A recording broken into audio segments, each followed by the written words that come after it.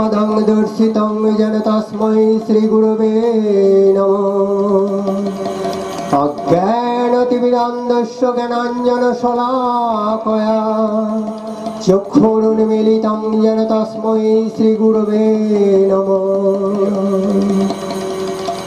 আমার ইষ্টদেব দেবাদিদেব মহাদেব বক্রেশ্বর, কাল তুমি, মহাকাল তুমি, তুমি ইহলোক, তুমি পরলোক, তুমি সত্য, তুমি শিব, তুমি সুন্দর। হে সত্যম শিবম সুন্দরম, তোমাকে প্রণাম করি। হে মা মহিষাসুর মর্দিনী দুর্গা, ক্ষেত্রপাল ভৈরবনাথ, তোমাদের আমি ভক্তিপূর্ণ প্রণাম করি। শ্রী সরস্বতী মহাকালী মা মনসা, শ্রী হনুমন্তয়ে, শ্রী রামকৃষ্ণ সারদা, শ্রী লোকনাথ ব্রহ্মচারী, শ্রীল প্রভুপাদ, শ্রী দুর্গেশগিরি মহারাজ, তোমাদের সবাইকে আমি শত কোটি প্রণাম করি। নমো বিষ্ণুপাদায় কৃষ্ণপৃষ্ঠায় ভূতলে শ্রীমতে ভক্তি বেদান্ত স্বামী নীতি নমিনে। নমস্তে সরস্বতী দেবে গৌরবাণী প্রচারিণে নির্বিশেষ শূন্যবাদী পাশ্চাত্য দেশতারিণে। বাঞ্ছাকল্পতরুভ্যশ্চ কৃপা সিন্ধুভ্যেব চ পতিতানাং পাবনেভ্যো বৈষ্ণবেভ্যো নমো নমঃ। পঞ্চতত্ত্বাত্মকং কৃষ্ণ ভক্তি স্বরূপকং ভক্তাবতারং ভক্তাখ্যং নমামি ভক্ত শক্তিকং। নমো মহাবদন্নায় কৃষ্ণ প্রেম প্রদায়তে কৃষ্ণায় কৃষ্ণ চৈতন্য নাম্নে গৌরতীশে নমো। নমো ব্রহ্মণ্য দেবায় গো ব্রাহ্মণ্য হিতায় চ জগদ্ধিতায় কৃষ্ণায় গোবিন্দায় নমো নমঃ। হে কৃষ্ণ করুণা সিন্ধু দীনবন্ধু জগৎপতে গোপেশ গোপিকা কান্ত রাধা কান্ত নমস্তুতে। তপ্ত কাঞ্চন গৌরাঙ্গী রাধা বৃন্দাবনেশ্বরী বিশ্বভানুসুতে দেবী প্রণমামি হরি প্রিয়ে। পিতা স্বর্গ পিতা ধর্ম পিতা হে পরমন্তপ পিতরি প্রীতিমা বন্যে প্রিয়ন্তে সর্বদেবতা। মাতা জননী ধরিত্রী দয়াদ্র হৃদয়া সতী দেবীভ্য রমণী শ্রেষ্ঠা নির্দোষা সর্বদুঃখ হরা।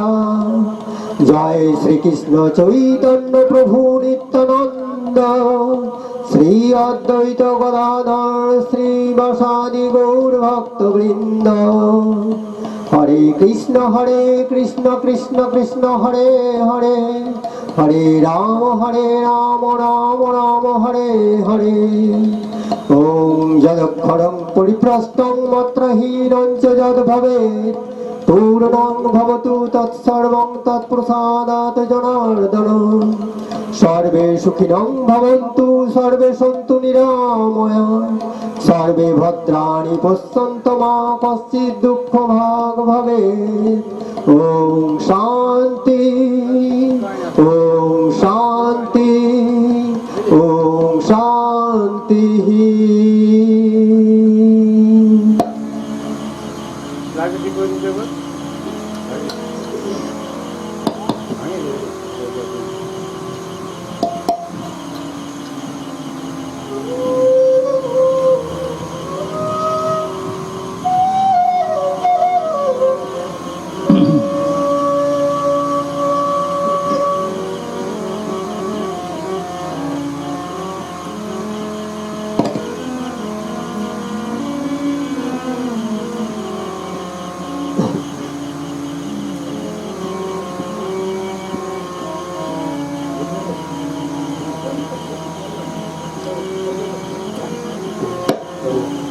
হরে কৃষ্ণ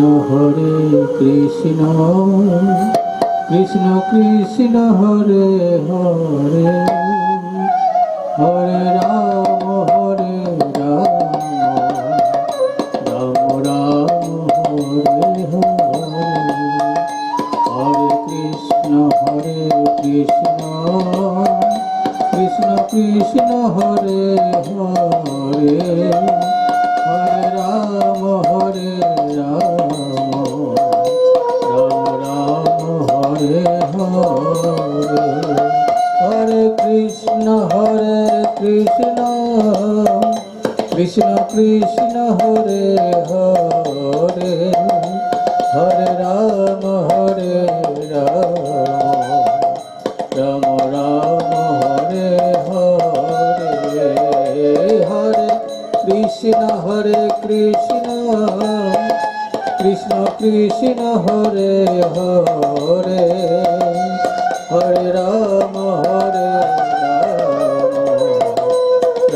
রাম হরে হরে হরে কৃষ্ণ কৃষ্ণ কৃষ্ণ হরে হরে হরে রাম রাম রাম হরে হরে।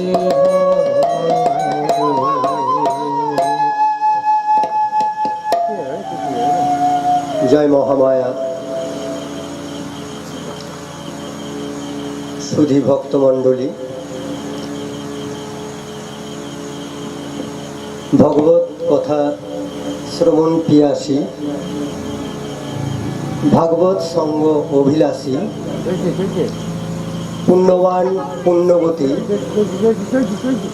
সুহৃদ ব্যক্তিবর্গ, আমার মতো এই ক্ষুদ্র দিন ব্যক্তির বাবা শত সহস্র প্রণাম গ্রহণ করবেন। কাছে দূরে সন্নিকটস্থ মঞ্চের সমস্ত ভক্ত মণ্ডলীকেই আমি আমার বিনম্র ভক্তিপূর্ণ প্রণাম জানাচ্ছি। শ্রী দুর্গেশগিরি মহারাজের আবির্ভাব দিবস স্মরণ উপলক্ষে তাঁর এই পুণ্যক্ষেত্রে তাঁরই সৌরভে সুরভিত এই সন্ধ্যায় শ্রীমদ্ ভাগবত কথা এবং শ্রীমদ্ ভাগবত গীতার কিঞ্চিত অংশ সমূহ শ্রবণ মনন ও পাঠ করার চেষ্টা করছি। আমার এই ক্ষুদ্র প্রচেষ্টায়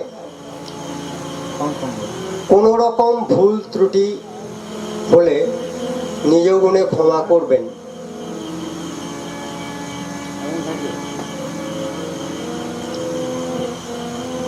বাবা, আমরা জানি সত্য, ত্রেতা, দাপর, কলি 4 যুগের কথা। আমাদের আলোচনা নিয়ে যেতে চাই দাপরের শেষ, কলির প্রারম্ভে। তখন ভগবান শ্রীকৃষ্ণ লীলা সাঙ্গ করে অন্তর্হিত হয়েছেন। তার সঙ্গে সঙ্গে জ্ঞান, বৈরাগ্য, ভক্তি মর্তভূমি থেকে, পৃথিবী থেকে অন্তরিত হয়েছে। সে মতো অবস্থায় ঠিক সেই সময়ে ন্যায়, নীতি, ধর্মের প্রতিভূ পঞ্চপাণ্ডব এবং তাদের রাজত্ব স্তিমিত হয়েছে, অস্তমিত হয়েছে। তখন তাদের উত্তরসূরি পরীক্ষিত সিংহাসনে বসেছেন কলির প্রারম্ভে। তিনিও প্রজাহিতৈষী, প্রজানুরঞ্জক, শৌর্যবীর্যের অধিকারী একজন মহারাজা ছিলেন।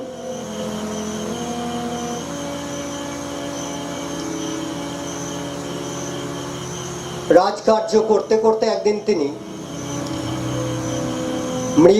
মৃগয়ার উদ্দেশ্যে বনে গেলেন, জঙ্গলে। আমরা জানি সেকালে রাজাদের আমোদ প্রমোদের একটি অংশ ছিল মৃগয়া। বাবা মহারাজ পরীক্ষিত বনে জঙ্গলে সারাদিন ঘুরে ঘুরে মৃগয়া উদ্দেশ্যে ঘুরেছেন।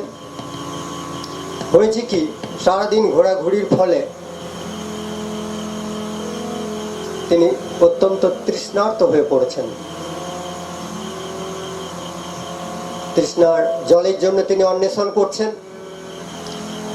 বনে অনেকক্ষণ ঘোরাঘুরি করতে করতে তিনি কোথাও কিছু দেখতে না পেয়ে অবশেষে দেখতে পেলেন এক ধ্যানমগ্ন মুনি বনে বসে আছেন। মহারাজ পরীক্ষিত তার কাছে গেলেন এবং মহারাজ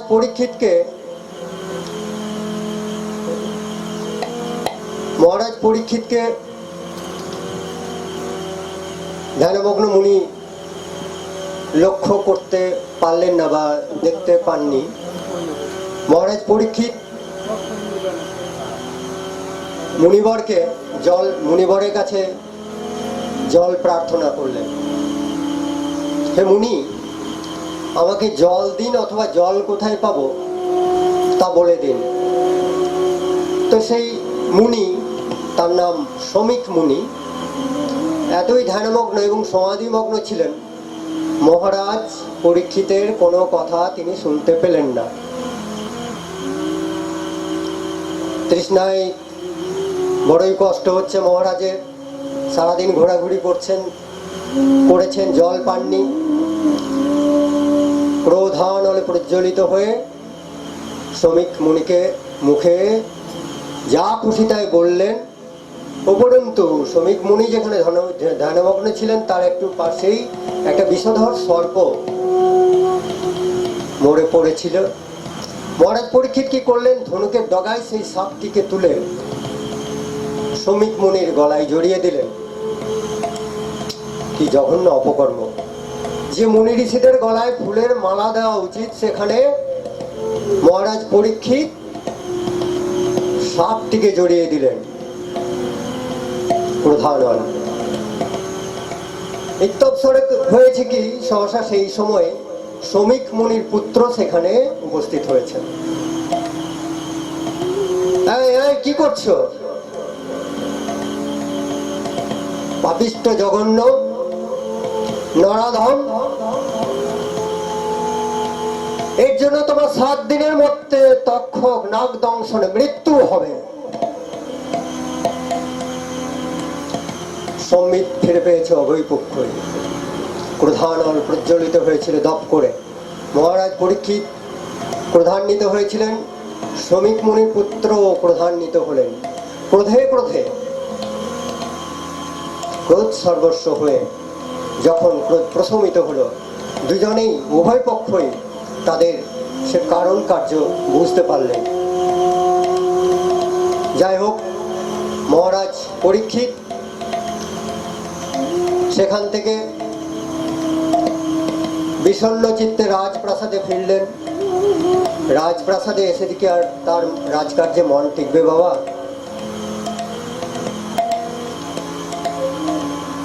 মুনির অভিশাপে তিনি মৃত্যু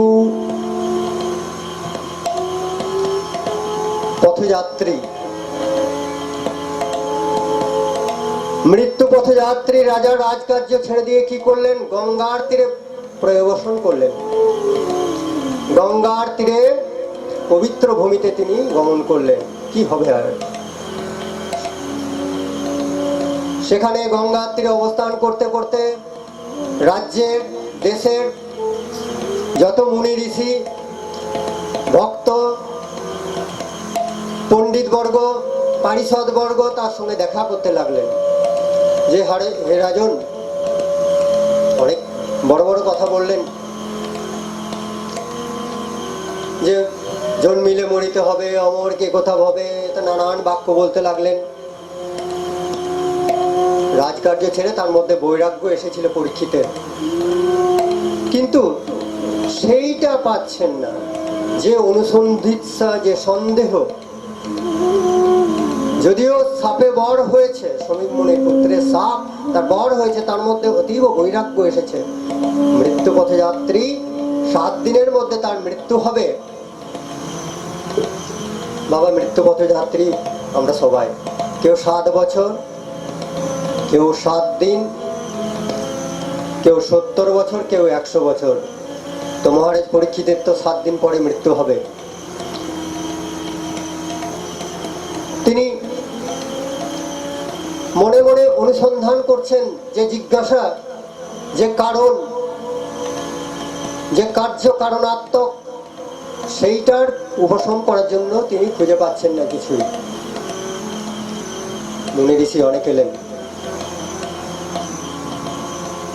এই সময় যদৃচ্ছাক্রমে দৈবী কৃপায় সেখানে উপস্থিত হলেন শ্রী সুখদেব মহারাজ, শ্রী সুখদেব গোস্বামী মহারাজ। ব্যাস নন্দন, ব্যাস পুত্র, মহা তেজস্বী, মহা তেজ, ব্রহ্ম তেজ সম্পন্ন। কি বলছেন দেখুন, তত্র ভবৎ ভগবান ব্যাসপুত্র যদৃচ্ছা গমৌট মনোহরপেক্ষ অলক্ষ লিঙ্গ নিজ লাভ তুষ্ট বৃতশ্চ বা রৈবধিত বৈশ্ব। দ্বাদশ বর্ষীয় বালকের ন্যায় বস্ত্রবেশ শূন্য, করতালি দিতে দিতে সহচরদের সঙ্গে ক্রীড়ারত অবস্থায় তিনি থাকেন। সে ব্রহ্ম তেজ সম্পন্ন ব্যাসপুত্র সেই সময় সেখানে উপস্থিত হলেন। মহারাজ পরীক্ষিত তৎক্ষণাৎ তার উপবেশন অবস্থা থেকে উঠে ব্যাসপুত্রকে প্রণাম করলেন। কি বললেন সুখদেব মহারাজকে? মহারাজ পরীক্ষিত, অহো অদ্য বয়ং ব্রহ্মণ সৎসেব্যা ক্ষত্র বন্ধব কৃপয়া তিথিরূপেণ ভবভস্তির্থকা কৃতা যেসাং সংসরণাৎ পুংসাং সদ্য সুস্তন্তি বৈগৃহা কিং পুনর্দর্শন স্পর্শ শৌচাসনাদিহি। অর্থাৎ পরীক্ষিত বললেন, হে ব্রাহ্মণ, আজ আমি অতীব ভাগ্যবান, আপনি অতিথি রূপে এসে আমাকে তীর্থতুল্য পবিত্র করে দিয়েছেন। আপনার মতো মহাত্মাকে স্মরণ করা মাত্রই গৃহস্থদের গৃহ তৎক্ষণাৎ পবিত্র হয়ে যায়, এতে কোনো সন্দেহ নেই। আপনার চরণ দর্শন স্পর্শন পাদ প্রক্ষালন করলে যে পবিত্রতা লাভ হয়, এতে অসম্ভব কিছু নেই। আপনি যোগীবর পরম গুরু, সেই জন্য আমি আপনার নিকট শ্রীকৃষ্ণ প্রাপ্তি রূপ পরম সিদ্ধির স্বরূপ ও সাধন সম্বন্ধে উপায় জিজ্ঞাসা করছি। হে ব্রাহ্মণ, হে ব্রাহ্মণ, আমাদের মনুষ্য মাত্রে কর্তব্য কি? আমাদের শ্রোতব্য কি? আমাদের জপনীয় কি? আমাদের স্মরণীয় কি? ভজনীয় কি? দয়া করে আমাকে বলুন। আর আমাদের ত্যায্যই বা কি? শ্রী সুখদেব গোস্বামী মহারাজ বলতে লাগলেন, বড়িয়া নেশ হতে প্রশ্ন কৃত লোকহিত নৃপ আত্মবিদ সম্মত পুংসাং স্রোত ব্যাধি সুযোগ পর।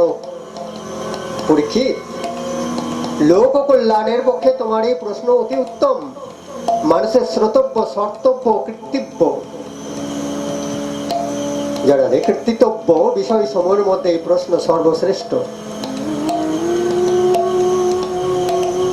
তস্মাৎ ভারত সর্বাত্ম ভগবানী সরোহরি শ্রোতব্য কৃতিত্ব ব্যস্ত স্মর্ত ব্যস্ত অভয়ম। হে পরীক্ষিত, অভয়পদ প্রাপ্ত অভিলাষী জীবের সর্ব আত্মা সর্বশক্তিমান ভগবান শ্রীকৃষ্ণের লীলা কীর্তি শ্রবণ কীর্তন ও স্মরণ করা একান্ত কর্তব্য। এতাবান সংখ্য যোগ অভ্যাংস ধর্ম পরিনিষ্ঠয়া জন্মলাভ পরপুংসামুদ্রে নারায়ণ স্মৃতি। জ্ঞান ভক্তি অথবা নিজ নিজ আশ্রম ধর্ম যথাযথভাবে পালন করে জীবনকে এমন ভাবে তৈরি করা উচিত যাতে শেষের বেলায় নিশ্চিতভাবে ঈশ্বরের স্মরণ হয়। এটি হলো মানুষ জীবনের একমাত্র কর্তব্য। ইদং ভাগবতং নাম পুরাণং ব্রহ্ম সম্মিতম অধীতবান দাপরাদৌ পিতুর দৈপনায় দহম। দাপর যুগের শেষ ভাগে ভগবদ রূপ অথবা বেদ তুল্য এই শ্রীমদ ভাগবত নামক মহাপুরাণ আমি আমার পিতৃদেব শ্রীকৃষ্ণ দ্বৈপায়নের কাছে অধ্যয়ন করেছিলাম। শ্রী সুখদেব মহারাজ বললেন। শ্রীমদ্ ভাগবত পুরাণের কিঞ্চিত অংশ শ্রবণ মনন পাঠ করার চেষ্টা করলাম। এই শ্রীমদ্ ভাগবত পুরাণের মহত্তা সম্বন্ধে স্বয়ং ভগবান ব্রহ্মাকে বলছেন যে মাহাত্ম, ভগবান স্বয়ং ব্রহ্মাজিকে বলছেন। শ্রীমদ্ ভাগবতং নাম পুরাণং লোক বিশ্রুতম শৃণুয়াচ শ্রদ্ধয়া যুক্ত মম সন্তোষ কারণম। লোক বিখ্যাত শ্রীমদ্ ভাগবত পুরাণ প্রতিদিন শ্রদ্ধালু চিত্রে শ্রবণ করা উচিত। এর দ্বারা প্রভু তো আমার সন্তোষ হয়, আমি খুব খুশি হই। য পঠেত প্রয়ত নিত্যং শ্লোকং ভাগবতং শ্রুত অষ্টাদশ পুরাণানাং ফলমাপনতি মানব। পবিত্র চিত্র হয়ে যে প্রতিদিন ভাগবতের একটি শ্লোক পড়ে, পাঠ করে, তার অষ্টাদশ পুরাণ পাঠ ফল হয়। ভগবান বলছেন, শ্রী ভগবান।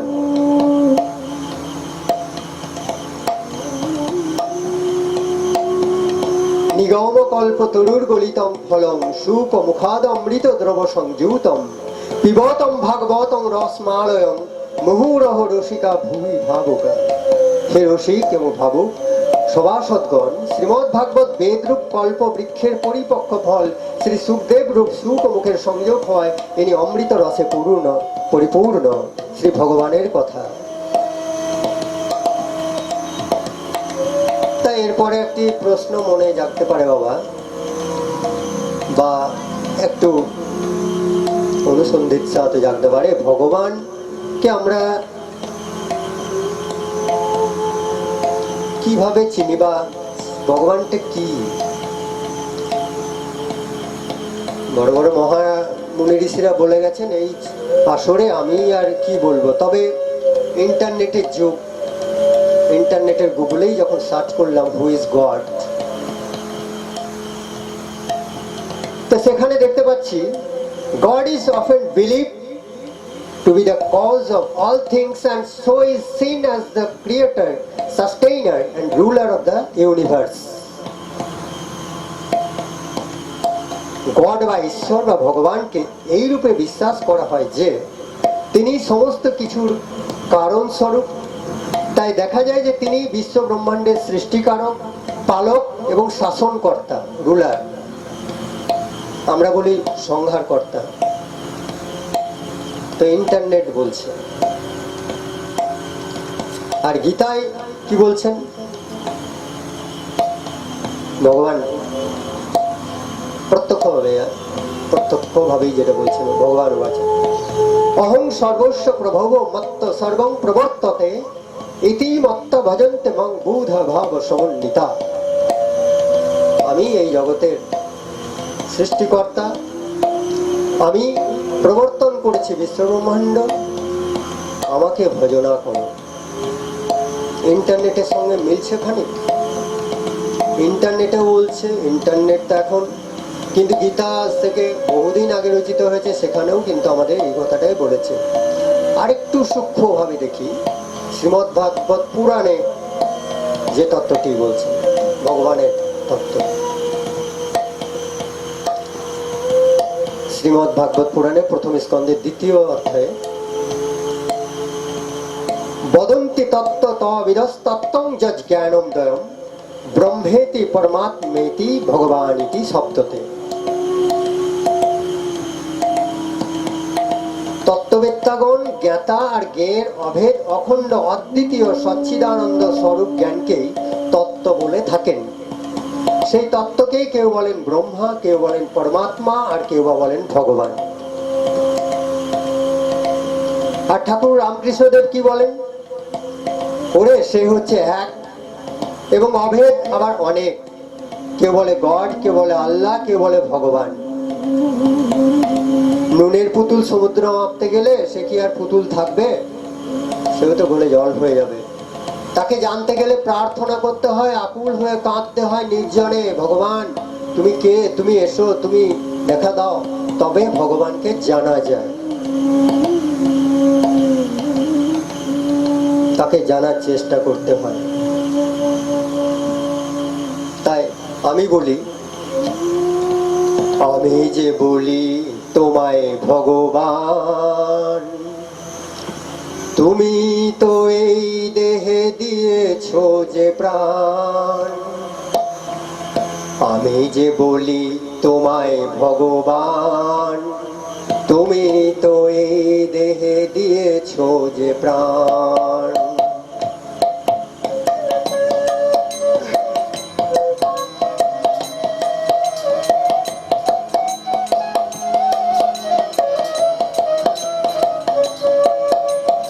কেহ বলে কালী তারা, কেহ সীতারা, কেউ বলে শিব দুর্গা, কেহ হনুমান।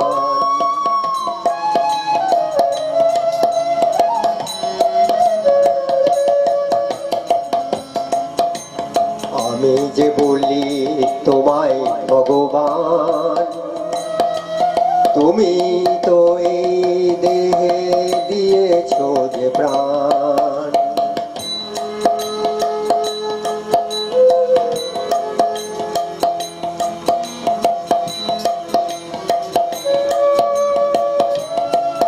কেহ বলে ঈশা উষা, কেহ রহমান, কেহ বলে গড, কেহ রাধে শ্যাম।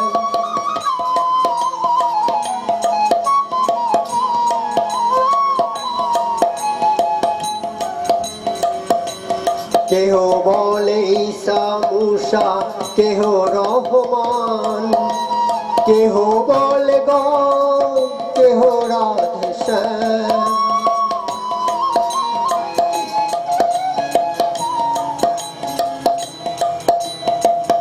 রাধে শ্যাম, রাধে শ্যাম, রাধে শ্যাম, রাধে শ্যাম, রাধে শ্যাম, রাধে শ্যাম।